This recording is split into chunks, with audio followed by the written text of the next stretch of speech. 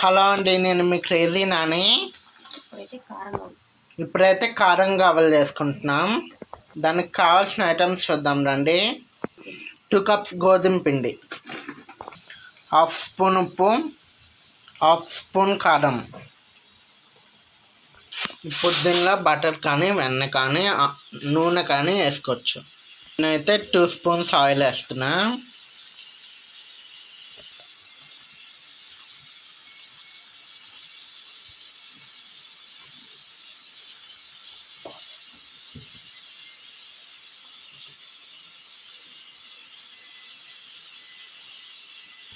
తగినన్న నీళ్ళు వేసుకొని కలుపుకోవాలి ఫ్రెండ్స్. దీన్ని అయితే చపాతీ పిండిలా కలిపేసేయాలి ఫ్రెండ్స్. 10 నిమిషాలు పక్కన పెడదాం.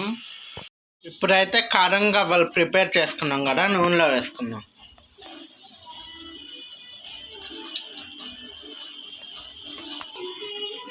ఎంతో ఇష్టమైన కారం గవ్వలు అయితే రెడీ.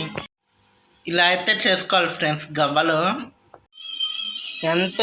ఎంతో రుచికరమైన కారం గవ్వలు ready. Okay, like, share, subscribe. Okay, bye.